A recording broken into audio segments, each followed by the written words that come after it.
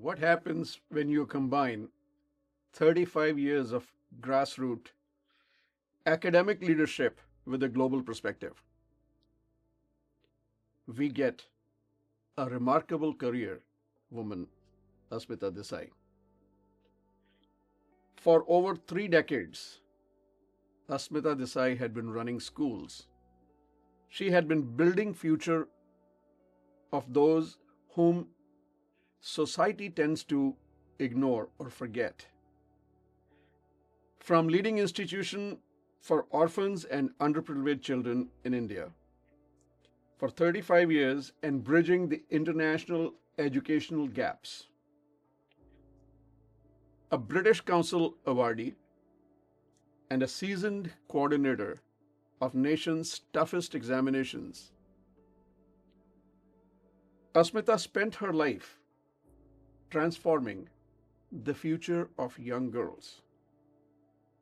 In her classroom and beyond, her work as a smart girl trainer has ignited confidence in young women all across the villages of India and major cities. Asmita's journey is a masterpiece and a master class of heartfelt leadership as an educator, a researcher, a global traveler, and a mentor who has empowered thousands of young girls all across India. She believes education is the ultimate catalyst in transformation today. She's in our studio today, and we sit down to discuss the career of this woman who has achieved laurels in her profession and has made it her lifelong mission. Asmita ji, welcome to the studio. And my first question to you is, please tell me what made you of the Asmita today? How did your journey as a little girl in India started? And how did that become Asmita Desai of today? Yeah, thank you so much, Shashi. And I would definitely would like to thank my dearest school friend, Soumini Airy, who brought me today here. It's because of her that I'm here. Well, as the question that you have asked me, what made me come into this field? When I was a young girl, when we were in school, I used to always admire my teachers, and I used to think I would definitely want to become somebody, the person that a teacher is. Because one teacher, she transforms so many children's lives, which we have experienced. And that was the reason that I took up education as my career.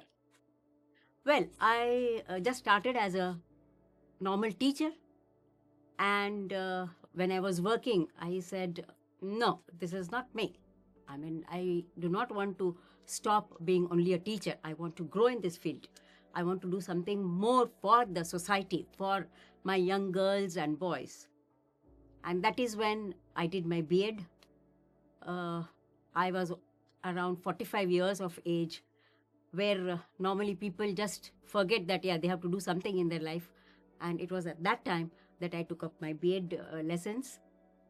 I passed with distinction, and I took up the job of a principal in a school where orphans and the totally lower income group children were studying.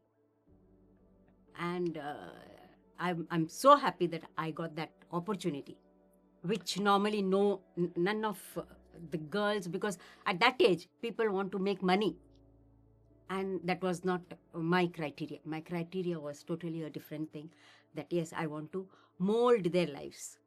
On a lighter note, when we were growing up, we always had teachers, those who were very, very strict, that we didn't want to, face them for whatever reasons, because maybe we were not here, stuff like that. So my question to you is, how would you place yourself as a teacher, as that strict teacher or a easygoing teacher who can mix with the children and talk sense to them? Because we never got that sense as a students because our teachers were very tough.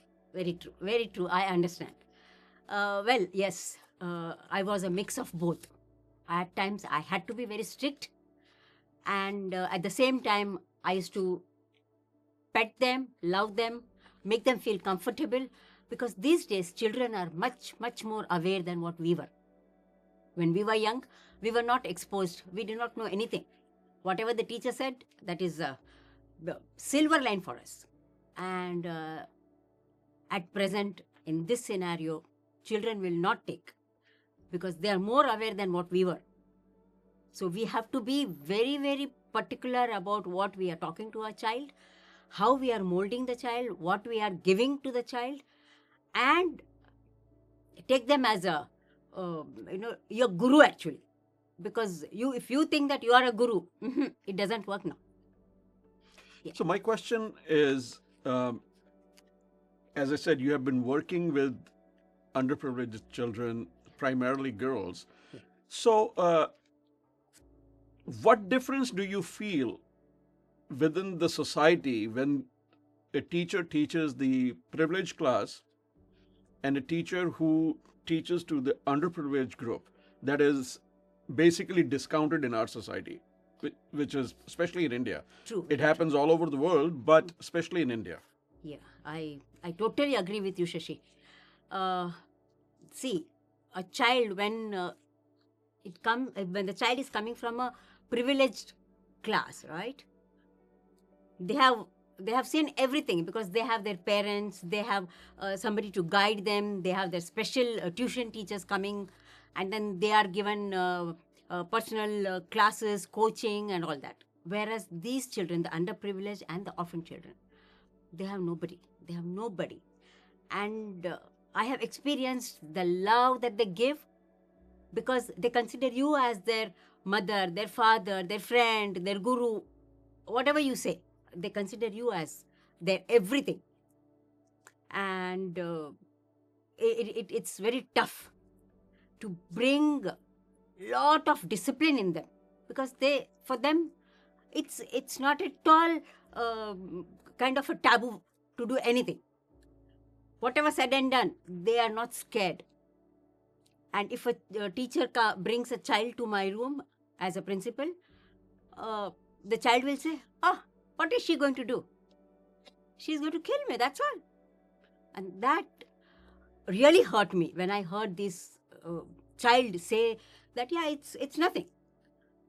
It's totally a different scenario altogether. So, give me an example where you had a tough child like that and it ended up being your one of the favorite students. Oh, yeah. And how did you transform that attitude of being defiant to a lovable kid? All right, all right.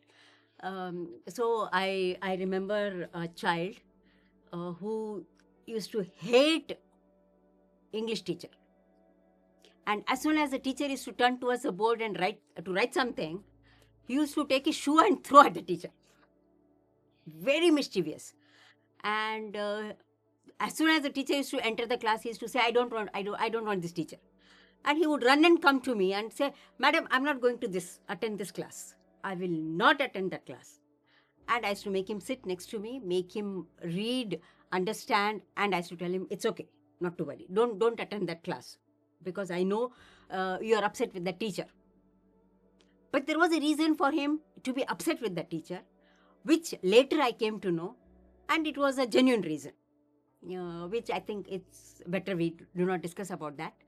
But at present, that child is in South Africa, and believe it or not, that child is sending 50,000 rupees every year for the fees to be paid for the underprivileged children. It's fantastic. So, which is, I really take pride in saying that.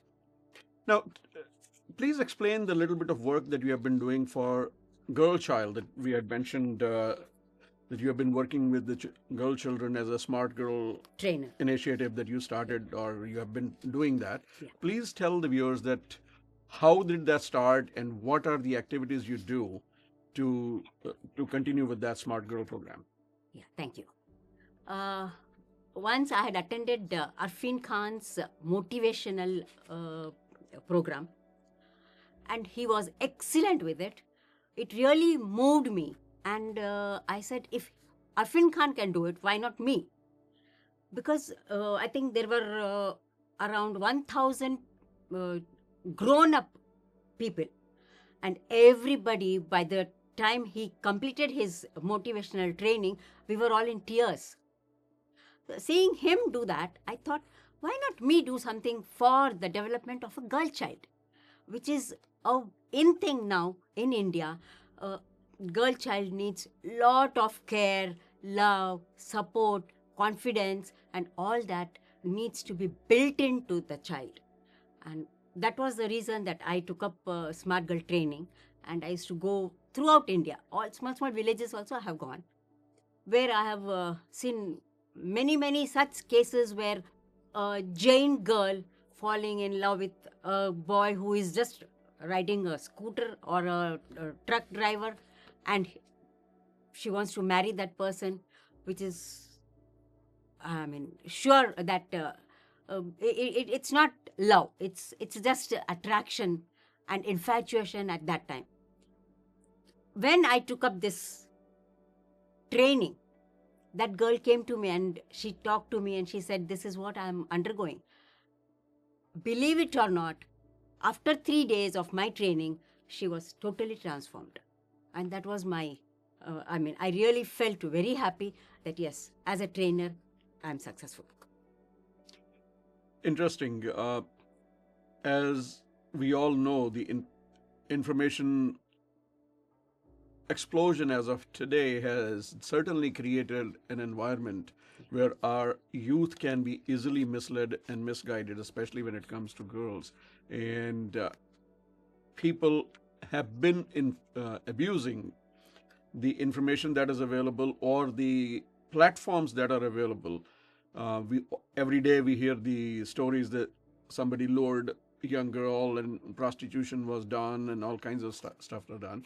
Uh, is your organization Smart Girl Child doing anything to educate the girls like that, or how do you suggest to protect those children, those who do not have any positive resources to guide them in the right direction?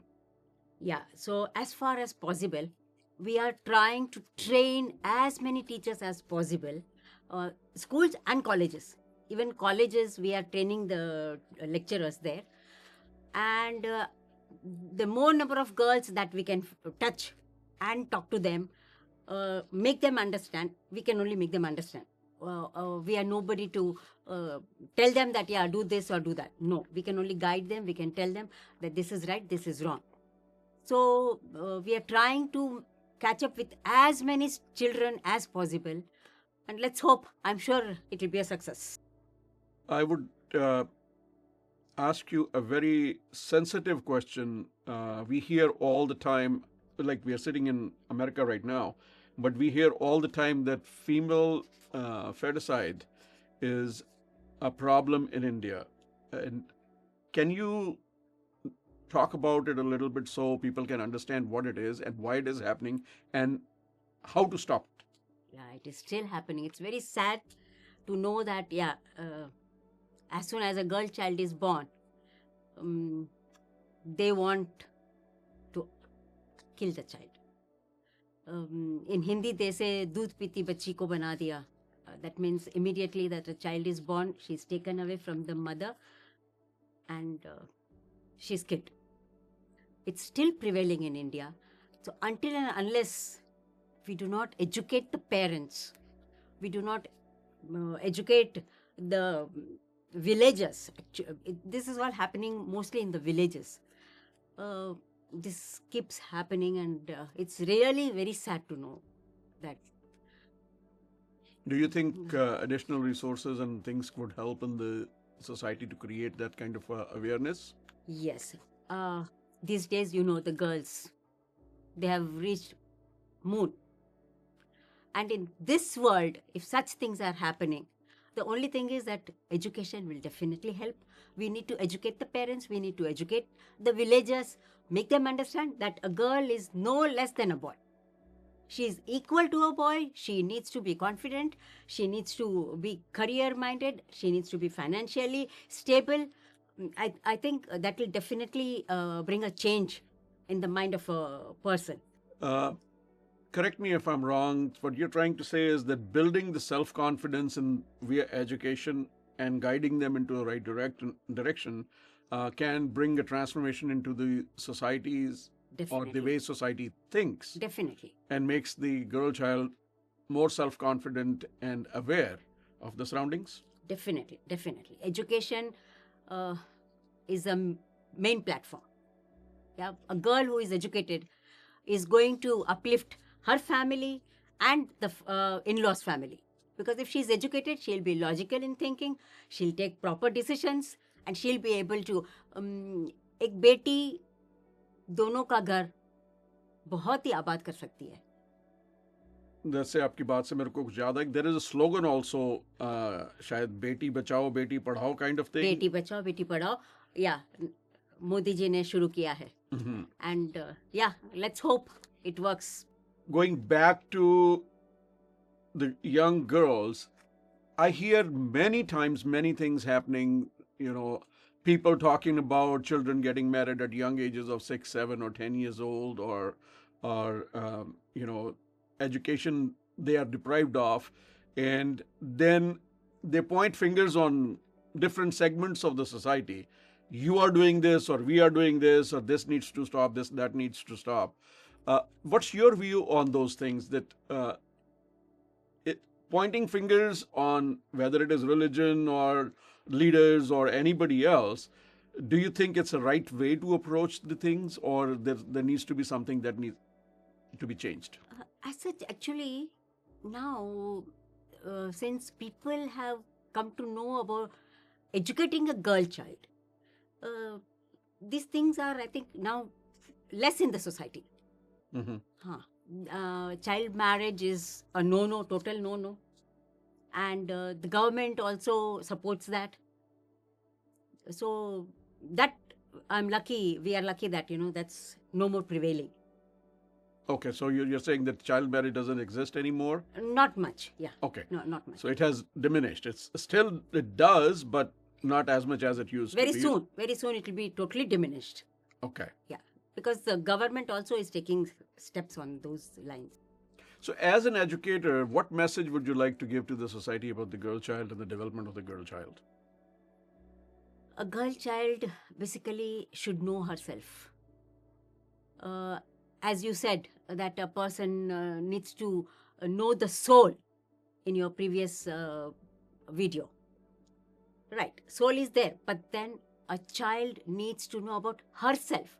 So when I go for training, and when I ask a girl to come and just talk 2 minutes about yourself, she'll just come and say, this is my name, my mother's name, this is my father's name. Further, she won't be able to say anything, because she herself is not aware about what she is actually. Knowing ourselves means knowing a lot of things. There are a lot of topics that a girl or a boy needs to know about themselves. Every person is unique. If you see our finger, it's all unique. Everyone's print is different. There shouldn't be any comparison. Normally, like we see, one child will be compared to the other child, that see, this child is doing good, you are not doing anything. Those comparison, that has to be stopped. Then telling them about communication. People need to know where, how much, what to talk, to whom. The way they communicate with a person also is a kind of education that is required. The personal hygiene that a girl needs to understand, because without hygiene, I mean, you know how it's going to be. When I see in America, everywhere, everything is open. A girl is exposed to every small little things. Whereas in India, it is still a taboo to talk about sex, which is, it's really sad, because when a person is not given the full freedom to understand certain things, she's more keen on that. When I'll tell you that, yeah, don't go there, you will definitely would like to go there and see what is there. so I think there are certain changes which is very much required, and we need to develop that, and we need to adapt to that. So, with your last statements, correct me if I'm wrong. One thing I agree with you 100% when you ask somebody who you are, 99%, it doesn't matter whether it's a child, girl, or a man, female, whatever. When you ask somebody who you are, you will get, my name is such and such, I do this. But when you ask them who you are, they literally don't know how to answer that. Yeah. And that is, I feel, is a very, challenging aspect of teaching people who you are.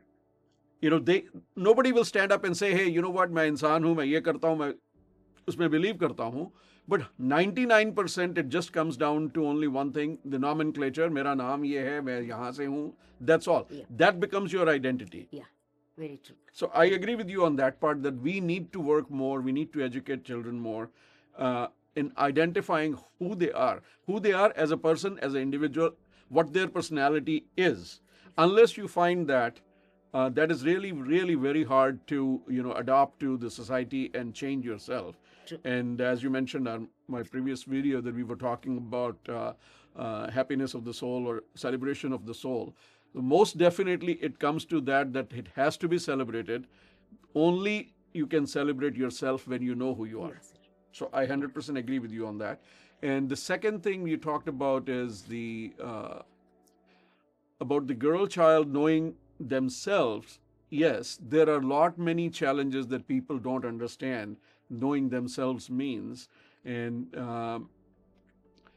most definitely, knowing themselves means what your needs are, what society wants, what your surroundings are, how you can excel yourself and develop your own personality. Because every individual, as you said, like your fingerprint, is a different individual, and they need to identify their own uniqueness and stand up for themselves. Because nobody can help you if you don't know who you are, if you don't know what you really want to do, if you don't know where you want to go. So thank you, Asmita ji, very much for having a nice discussion with me today. We'll continue with more topics as the time needs. Thank you, Shashi, and special thanks to my sweet little darling friend, Somini.